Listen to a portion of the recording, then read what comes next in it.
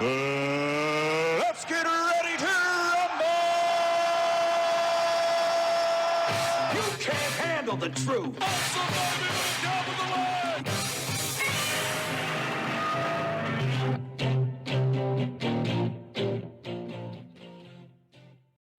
Biden's war has officially begun. And no, I didn't misstate that. The Biden administration has got what it wanted: an excuse. 1 week before the delayed, setback State of the Union. A State of the Union that no doubt would have been a wretched event to watch, because it would have been simply Biden talking about how bad his economy is, but trying to lie and spin it and tell you it's the greatest economy that any president has ever presided over. The mandate oppression that we are going under, but they are slowly rolling back and acting as if, we were never under any mandates to begin with. The one crisis after another crisis, State of the Union, and now he gets to be a wartime president. He gets to walk in there to a standing ovation from Democrats and rhinos who want to present a unified front that America will stand up and fight for democracy. Biden did everything he could to do nothing to contribute to this. Let's just hit this right in the very beginning. This would have never happened under Donald Trump. Putin would have never made this move had Donald Trump been in the Oval Office. He made this move because Biden is weak. He is ineffective. He's not really the president making these decisions. He is simply an addled, dysfunctional, demented placeholder. That's it. We should have seen this coming as far as the Democrat narrative and spin on this days ago. Nancy Botox Pelosi, the president himself, and even rhinos like Lindsey Graham were talking about, yes, inflation is going to get worse and we're going to face tougher prices at the gas pumps. Virtue signal, it's worth it, because the crippling sanctions we are going to put on Russia are our patriotic duty. This president did everything he could to goad Vlad Putin into doing what he was doing. Now, let me just say this, because some of you are going to say, you're a Putin apologist. No, I'm not. No, I'm not. Because now the globalists, the establishment, the whatever you want to call them, the swamp, the career politicians, they've got what they wanted back. They've got their boogeyman. The boogeyman that they can use to fundraise. The boogeyman that they can use to campaign on. They will, on the Republican side, they will tap into American patriotism, and he can't get away with this. And on the liberal side, they'll make it about humanitarian causes and doing the right thing, etc., etc., etc., etc. So they've got their boogeyman back. And again, Putin is ex-KGB. He became president of Russia on the promise he would reunify the Soviet states. And you can get into all the arguments you want about he invaded a sovereign country. Yes, he did. Yes, he did. If that sovereign country is not part of NATO, and by the way, to some of you libloons on YouTube saying, well, if we had just, had never even hinted at the fact we would bring Ukraine into NATO, Putin would have stayed home. No, Putin is doing what he has wanted to do since he got into office, which was reunify the Soviet states. And that's why he's made it abundantly clear to the people of Ukraine, listen, we're not here to hurt you. He's trying to tell the Ukraine army, just lay your weapons down. We don't want to shoot at you. We don't want to blow you up. We just want to annex you. I see exactly what Putin is doing here. The world sees exactly what Putin's doing here. And the reason he's able to do this is because there is a vacuum of leadership. The so-called number one superpower, the United States, has a feeble old man who is the figurehead, and the people behind the scenes are either dangerously ideological far left libloons who haven't got a clue what to do, or they are warhawk neocons. So this is what you've got behind the scenes, trying to draft a policy that then the puppet in chief has to go out and read off of a teleprompter as if this is his idea of how to handle this situation. What Biden is excessively happy about. He's got his excuse now. He's got his excuse for a failing economy. He's got his excuse for inflation, for supply chain issues, for higher prices at the gas pump. It's all about the sanctions and the fact that Putin has started this World War III. So in other words, get ready. All of the problems that have happened under the Biden administration, because you're supposed to forget the past 18 months. You are supposed to forget that the higher gas prices, supply chain issues, and inflation were all happening a year before Putin did anything regarding Ukraine. You're supposed to forget all that. You're supposed to enter now into suspended disbelief. And now, our bad economy and everything going wrong here, come on, say it's right on the tip of your tongue. It's Russia's fault. It's Russia's fault. And again, Putin's not a good guy, not by any stretch of the imagination. There are things Biden could have done weeks ago that would have curtailed this, I believe. These so-called crippling sanctions, Putin laughs at that. For crying out loud, Russia has been sanctioned how many times for how many years, and we come out with this boisterous thundering of we're going to slap them with sanctions and blah blah blah blah blah blah blah, and then we make the big show, have the big press conference, and over the course of weeks, the press doesn't really care about covering it. They're not really following up on what these sanctions are actually doing, and the sanctions just kind of go away. And Russia has been playing this game with the United States literally for decades, since the Cold War. But there are a couple of things that Putin could have done that I guarantee you Donald J. Trump, yes, the orange guy, the mean guy with the mean tweets, the one that we had low gas prices over. I tell you what he would have done, despite the fact that today Mitt Romney is trying to take a victory lap that he was right when he said to Barack Obama during a presidential debate that Russia was our number one enemy, and Obama laughed and said the 80s called, they want their foreign policy back.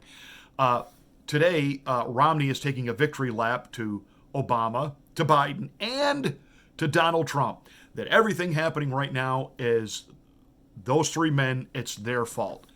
Well, time out, witness protection, Romney. I hate to cloud the issue with facts, but let's back up in history why Putin would feel emboldened to do this right now. It was during the Obama administration that Russia simply annexed Crimea. And what did the world do? What did the United States do? We talked a good game, but ultimately we did nothing and we let them have it. Now, let me see. That happened under Obama. Who was the vice president under Barack Obama? Joe Biden. So now you have the former VP, the backup bench player is now the guy. Well, why wouldn't Putin think he could go in and go ahead and take Ukraine, and that the only issue is going to be that Biden's got a saber rattle and try to do something because he's got financial interests there.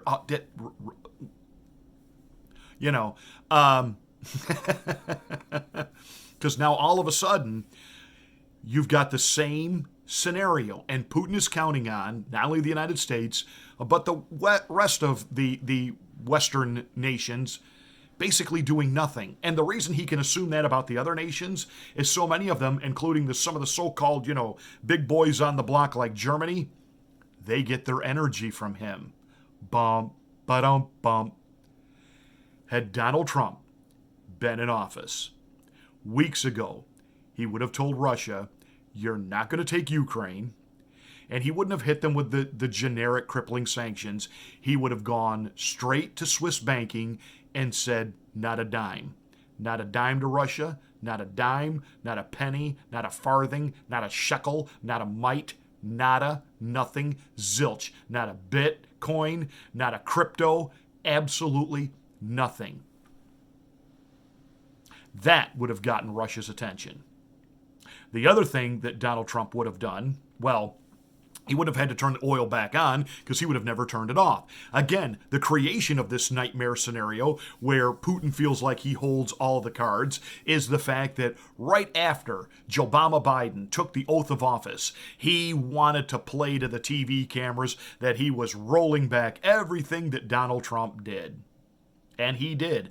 Hundreds of executive orders flying. We even caught him in a hot mic moment looking at his staff like, what am I signing? He didn't even know what he was signing. He was just told, sign this, sign that. All these executive orders that undid all of the progress made under Donald J. Trump.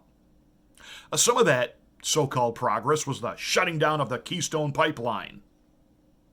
And then he turned around and told Russia they could have their pipeline. And he lifted all of the clamp down on that. And I mean, that just let Russian energy flow, baby flow, baby flow. And all of a sudden, the United States, which under Donald Trump had achieved something that had not been achieved under any president since the 1940s, we were energy independent.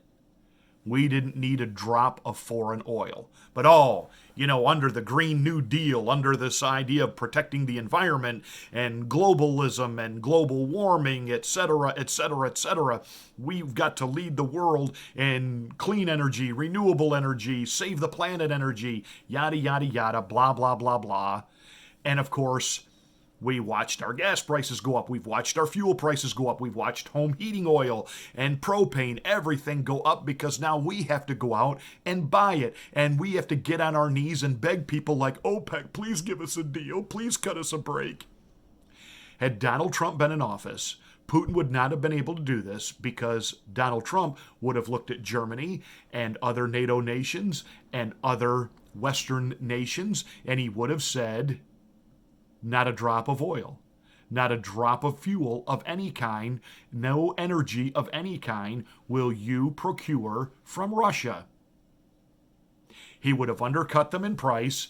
He would have sold them ours, the supply that we had, because we were one of the biggest oil producing nations at that time on the planet.